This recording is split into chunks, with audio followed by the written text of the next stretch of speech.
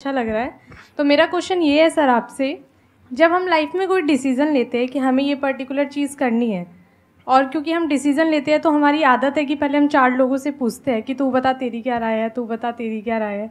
तो उनमें से अगर कोई हमें कह देता है कि ये बेकार डिसीज़न है मत कर, तो हमारा माइंड कहीं ना कहीं डाइवर्ट होने लगता है और उसकी वजह से हम अपना डिसीज़न चेंज कर देते हैं। तो मेरा क्वेश्चन ये है कि कैसे हम अपने डिसीज़न पे स्टिक रहे, कैसे हम जो दूसरे के ओपिनियन है उनको अफेक्ट ना होने दें अपने ऊपर। दूसरे से सलाह लेने से पहले एक बार खुद उस पर रिसर्च कर लेना चाहिए, ताकि आप सामने वाला क्या सलाह दे रहा है आपको समझ में आना चाहिए। यहाँ पर ऐसा नहीं है कि कई बार ऐसे होते हैं कि दूसरे वाले को एक्सपीरियंस होता है, तो अगर आपको पहले से आइडिया है, उसके बारे में आप बेहतरीन ढंग से रिसर्च किए हैं कि क्या इसमें प्लस पॉइंट है क्या निगेटिव है, उसके बाद आप किसी से सलाह लेने जाइए। ये नहीं कि मन में सीधा बता गड़बड़ा जाएगा। तो वहाँ पर पहले आपको R&D करना पड़ता है, समझ में आया कि नहीं। और जिंदगी हो या गाड़ी, जीतेगा वही जो टाइम पे गियर चेंज कर रहा है। तो डिसीजन चेंज करना बहुत ज्यादा गलत नहीं है। इन्होंने बहुत अच्छी बात कही है और मैं इसी बात में थोड़ा सा और ऐड ऑन करूंगा कि ये जो आपने कहा ना कि अपने डिसीजन पे स्टिक कैसे रहें, ये कोई अच्छी क्वालिटी नहीं है, क्योंकि टाइम टू टाइम आपको अपने डिसीजंस को चेंज करना होता है। जैसे आपने 4 लोगों से डिस्कस किया, कोई इंसान कुछ पॉजिटिव बोल रहा है, कोई नेगेटिव बोल रहा है, उससे फर्क नहीं पड़ना चाहिए। डिपेंड ये करता है कि वो जो बोल रहा है उसका बेसिस क्या है। क्या वो किसी नॉलेज या एक्सपीरियंस के बेस पे बोल रहा है या ऐसे ही कुछ भी बोल रहा है। ऐसे ही बोल रहा है तो फिर उसकी बात पे ध्यान क्यों दे रहे हो। अगर किसी नॉलेज या एक्सपीरियंस के बेस पे बोल रहा है, फिर चाहे वो पॉजिटिव बोल रहा है चाहे नेगेटिव बोल रहा है, दोनों ही मायने रखता है। उसके बाद में रिसर्च करनी है और फिर रिसर्च करने के बाद में फाइनल डिसीजन अपना खुद का होना चाहिए। अब वो डिसीजन उससे अलग भी हो सकता है जो आपने पहले लिया था, और वो सेम भी हो सकता है। सर मेरा क्वेश्चन दोनों से है आपसे, how to deal procrastination and laziness.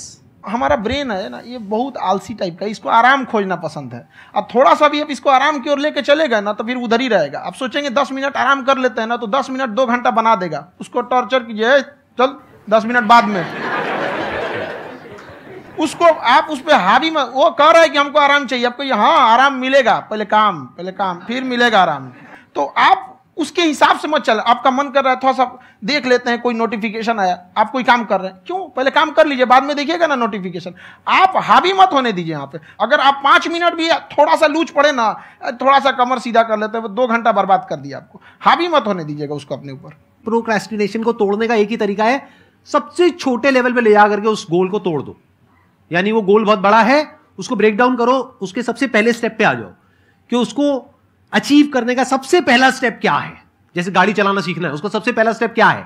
अगर घर में कोई नहीं है सिखाने वाला या सिखाने वाली, तो बाहर जा करके जो गाड़ी का ड्राइविंग स्कूल है उधर जा करके पैसे दे दो।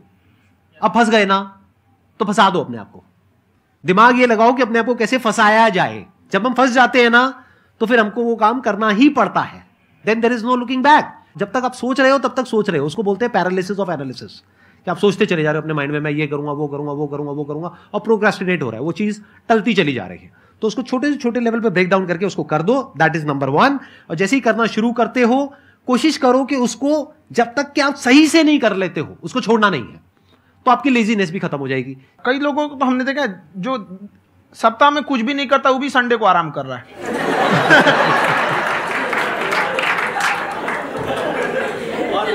वैसे कहा भी जाता है कि अगर कोई काम आपको करवाना है ना, तो ऐसे किसी इंसान को दो जो बिजी है। हाँ। ऐसे आदमी को मत दो जो खाली है। ये परफेक्ट एग्जाम। किसी को भी आप देखिएगा जिसको आप कहते हैं कि मतलब थोड़ा ठीक ठाक आप समझते हैं कि नहीं ये बहुत आगे निकल, वो एक काम को खत्म करने के बाद कभी आराम नहीं करेगा। एक काम खत्म हुआ उसको लगेगा हाँ एक खत्म हो गया, अब दूसरा करना चाहिए। और वही जिसको देखिएगा एक खत्म हो गया और आराम करना चाहिए, कभी नहीं, लाइफ में आखिरी सांस तक। हाँ। सर यहाँ पे सब हिंदी में पूछते हैं, इंग्लिश में पूछते हैं, मैं भोजपुरी में पूछूं? जौन भाषा ठीक लगे तोने में पूछ दो। हाँ सर।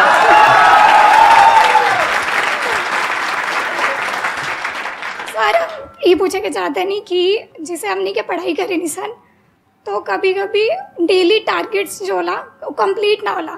अगर टारगेट्स कंप्लीट भी होला तो फिर ऐसा इरिटेशन या फिर वो एंजाइटी या फिर कि और करना है या फिर अभी नहीं हुआ, वो चीज़ हमेशा रहेला। तो वो कम कैसे करल जाए? देखिए टारगेट्स को ना हम लोग को एक अपने हिसाब से पहले फिट करना चाहिए। ऐसा नहीं कि दूसरे किसी इंसान को देख के हम टारगेट फिट कर ले। कोई लड़का 8 घंटा पढ़ रहा है, कोई पहली बार अभी पढ़ना ही चालू किया, उसको देख के 8 घंटा पढ़ेगा तो पढ़ाइए छोड़ देगा। तो आप अपनी क्षमता के हिसाब से देखिए कि आप कितना पढ़ सकते हैं। अगर आपने एक घंटे को बना लिए कि हम 1 घंटा पढ़ सकते हैं, अगले 1 हफ्ते तक उसको सस्टेन रखिए। जिम में कैसे करते हैं लोग, पहले दिन उठा लीजिएगा 1 कुंटल तो हार्ट अटैक हो जाएगा। तो वो धीरे धीरे टारगेट सेट कीजिए और अपनी क्षमता को भी देखिए। हर इंसान की क्षमता अलग है। कंगारू को देख के हाथी छलांग मारेगा, पैर तोड़ के बैठ जाएगा।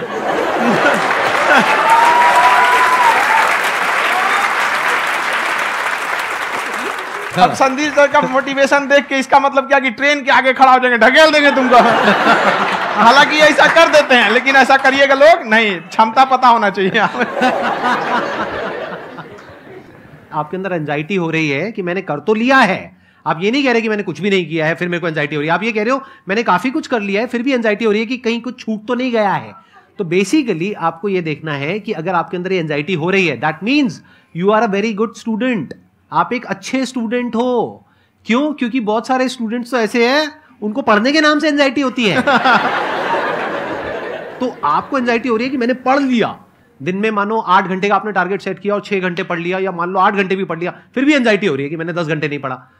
तो ये तो अच्छी क्वालिटी है ना, ये तो एक ब्रिलियंट स्टूडेंट की क्वालिटी है, क्योंकि एंजाइटी उसी को होती है जो केयर करता है, जिसको परवाह है, उसी की तो एंजाइटी होती है। जैसे माँ को अपने बच्चे की, जैसे एक माँ को अपने बच्चे को लेकर के एंजाइटी होती है। हंस लो मजाक उड़ा लो मेरा। कोई बात नहीं, एडिट कर देंगे इसको हम। हाँ।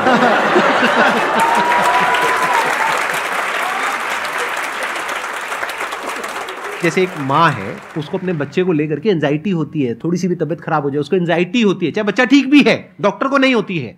क्यों? क्योंकि माँ को उस बच्चे से प्यार है। तो दैट मीन्स कि आप अपनी पढ़ाई को लेकर के सीरियस हो, इस वजह से आपके अंदर एंजाइटी हो रही है, विच इज नॉर्मल। जहां पर प्यार मोहब्बत होती है वहां पर थोड़ी बहुत एंजाइटी तो होती ही है ना। समझ रहे हो ना मैं क्या कहना चाह रहा हूं? आप लोग समझ रहे हो ना मैं कहां जा रहा हूं? जब वो किसी और से बात करती है तो एंजाइटी होती है ना।